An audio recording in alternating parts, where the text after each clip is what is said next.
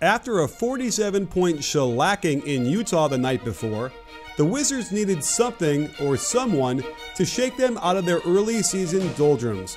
While Bradley Beal has put in a good season so far, no one would have expected him to go nuclear, but that's precisely what he did.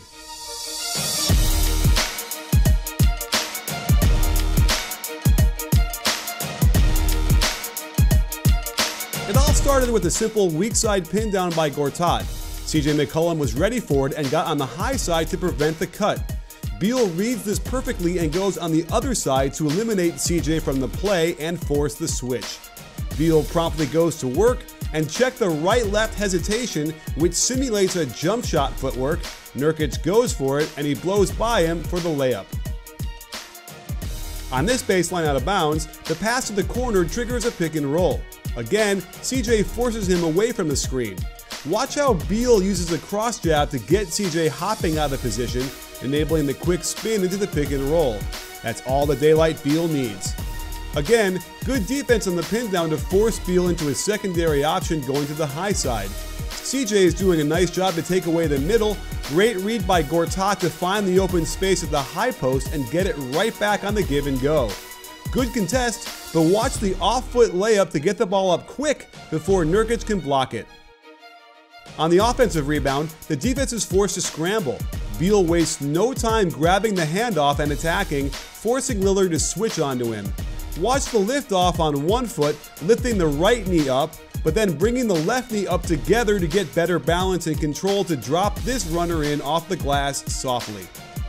Later in the first, with these two teams going back and forth, Beal hits Connaughton with a skip dribble. He lifts off the left, then lands on the left, and that burst of speed allows his left shoulder to get into the body of his defender, an extra big last step to gather himself with strength, and a nice bank shot. The Wizards run a nice set where they screen the ball screener, meaning the help is out of position. Eventually, Beal snake dribbles across the floor to get his man way behind the play, and an easy 17-footer drops in despite the flyby. Beal shows us another killer hesitation in the open court on this move, this time simulating the normal left-right of a pull-up combined with bringing his right hand towards the ball, almost picking it up, but not quite. The crossover gets him a blow-by, but it's not over. Nurkic is lurking, and Beal has to take off outside the lane, and look where he hits the backboard, almost at the outside edge to avoid the block, yet it still goes in. On this play, Beal shows us the absolute importance of driving, kicking, then replacing back to the three-point line. He gets plenty of space for the first of his three balls. While the timing was off on this play, I like the conception. Beal sets a back screen for Morris and was supposed to get the ball out top for a ball screen from Gortat. The defense was in position, so they morphed it into a handoff. Beal does a simple crossover, Gortat's dive becomes a screen, and he drops it high off the glass over poor old Nurkic. Beal gets a little help from the Morris forearm pin down, and when CJ can't get around in time, this is basically an open shot.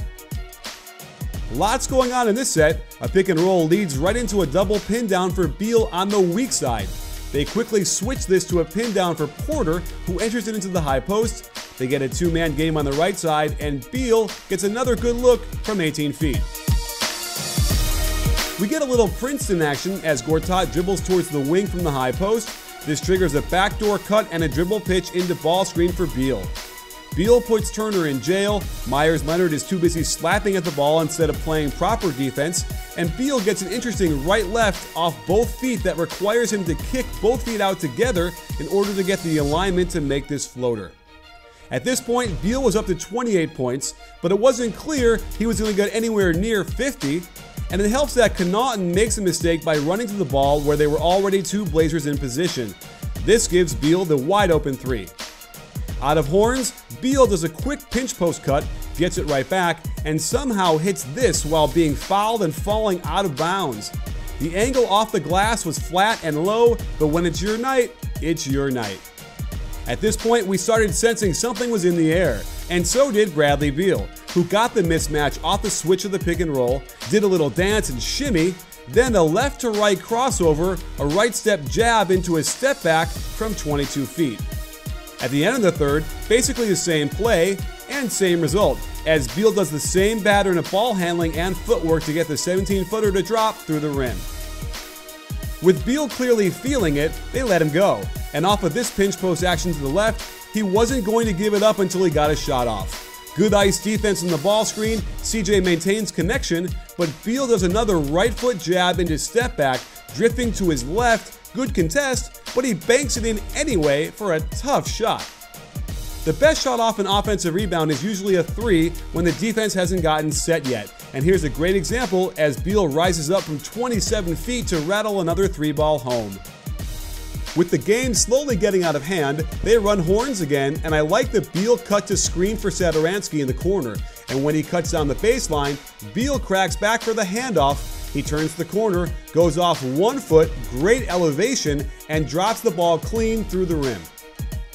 The Blazers opted to play Beal straight up, never doubling him, and I suspect Coach Stotts regrets this now. Collins is no match in a one-on-one situation on the perimeter, but he actually does well here, but Beal nails the coffin shut. And to put the exclamation point and break the 50-point barrier, the Blazers lose the ball in the open court, and Beal gets his first dunk of the night, and the Wizards get a much-needed win at home. Sports fans, to see more of our great NBA content and analysis, make sure to hit the subscribe button, but also click the bell and adjust your settings so you can get an alert the second our videos drop, because trust me, you're going to want them hot and fresh. You in?